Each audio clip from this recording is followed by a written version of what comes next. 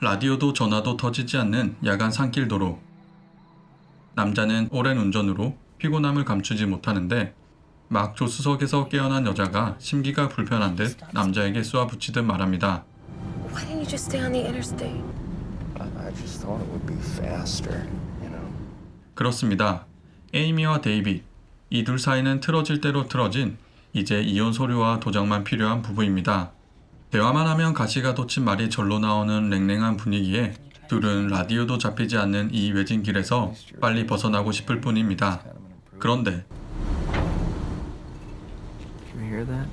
차 고장이 의심되는 소리에 데이빗은 불빛이 보이는 방향으로 차를 틀게 되고 South. I mean, eventually we got to. Oh my God! Sorry. 그곳에서 운 좋게 수리공을 만날 수 있었습니다. Yeah, she'll drive fine, just noisy. That's all. 이 늦은 밤, 수리공은 친절하게도 둘이 더 이상 헤매지 않게 길도 알려주며 에이미에게 작은 선물도 건네줍니다. 그나마 에이미는 불꽃을 보며 잠시 기분을 풀고 있었는데 Guess I ought to buy you a box of those sparklers, huh? 남편은 한마디에 순식간에 기분이 가라앉고 I mean, Jesus Christ, why do you...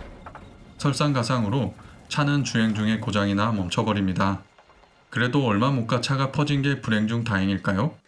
그렇게 그들은 방금 전 수리공이 있었던 주유소까지 걸어갑니다.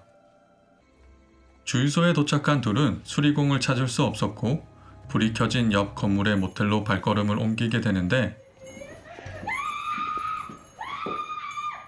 카운터 안에서 퍼지는 섬뜩한 비명소리에 에이미는 그냥 차로 돌아가자며 조르지만 데이빗은 기어코 호출벨을 울립니다. Sorry. Things get a little boring around here late nights. I believe that. 어쨌든 데이빗은 자신의 사정을 설명하고 차 수리를 부탁해보지만 모텔 관리인은 늦은 밤이라 내일 아침이 되면 그 수리공이 돌아온다며 그냥 여기서 하루 숙박할 것을 권장합니다. Yeah, we'll go ahead and stay here, thanks. 꺼림칙해서 싫다는 에이미의 말을 무시한 데이빗은 그렇게 혼자 결정을 내리고 열쇠를 받아 숙박할 방으로 들어가는데요. 스위트 룸이라는 방 상태가 영 좋지 않습니다. 그래도 둘은 지친 터라 이제 막 쉬려는데 Hello?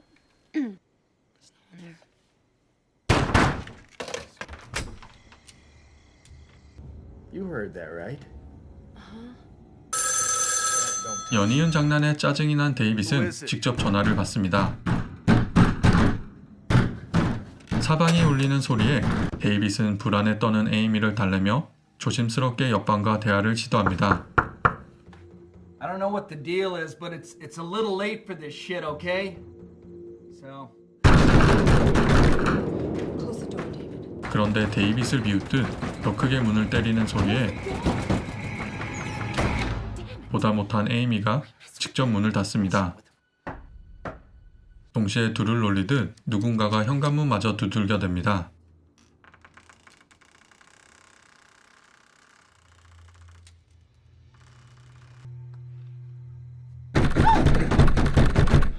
반복되는 아기에 빡 돌아버린 데이빗. 만류하는 에이미를 무시하고 직접 옆방을 찾아가는데 대답은 없지만 현관문을 두드리는 소리에 분명 이 방에 사람이 있다는 걸 확실합니다. Lock the door.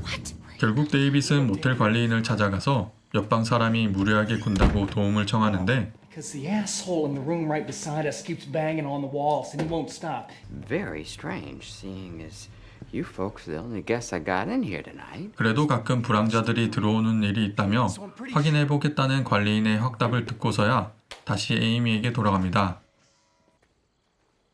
It's okay.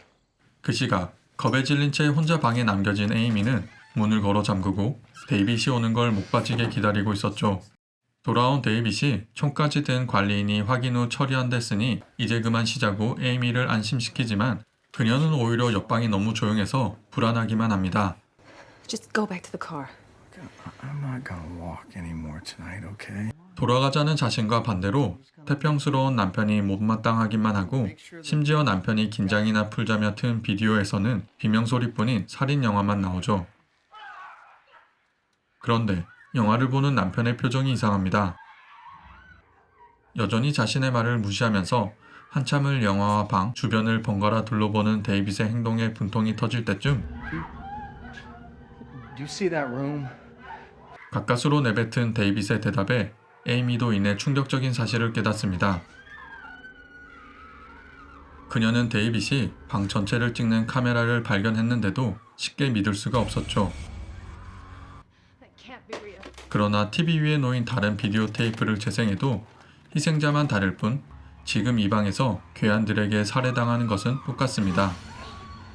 그 순간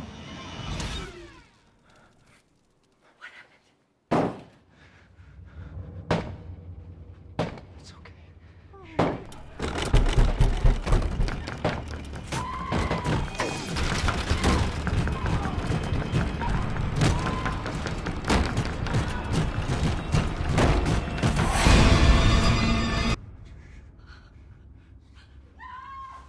공포스러운 순간이 한 차례 지나가고 공황에 빠진 채 벽을 등진 둘은 본능적으로 이곳을 탈출해야겠다고 느낍니다. 휴대폰은 불통. 이미 이 방은 카메라로 감시당하고 있는 상황이라 평범하게 현관문을 여는 순간 죽을지도 모릅니다. 그렇다고 방 안에만 계속 있어도 영화, 아니 비디오 테이프와 마찬가지로 살해당할 뿐이죠. 이미 여러 차례 살인이 있었던 이 방은 둘에겐 커다란 관짝이나 다름없습니다. 그런데 Did you bring this? 에이미는 세면대 위에 자신이 차에서 먹다 남은 사과를 발견합니다. 자신들이 있는 동안 아무도 들어왔을 리 없는 방에, 아니 애초에 길가에 멈춰선 차 안에 있어야 될 사과가 왜 여기 있을까요? We're leaving. 어쨌든 문을 잠근다고 방 안이 안전하지 않은 것을 깨달은 둘은 이제 이판사판입니다. Get outside. 감시 카메라에 잡히지 않게 불을 끄고 몰래 나가 생존을 건 달리기를 하기로 결심하죠. Okay, we're gonna run right over there, right? Just stay with me. 그런데 기다린 듯 갑자기 앞을 가로막는 괴한.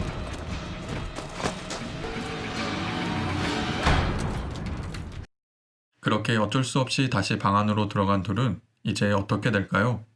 공포 스릴러 영화 베이컨 씨였습니다. 이 영화는 2007년 미국에서 개봉한 공포 스릴러 영화로 1,900만 달러의 제작비로 개봉 첫 주 만에 760만 달러로 시작해서 총 3,500만 달러를 벌어들인 작품입니다.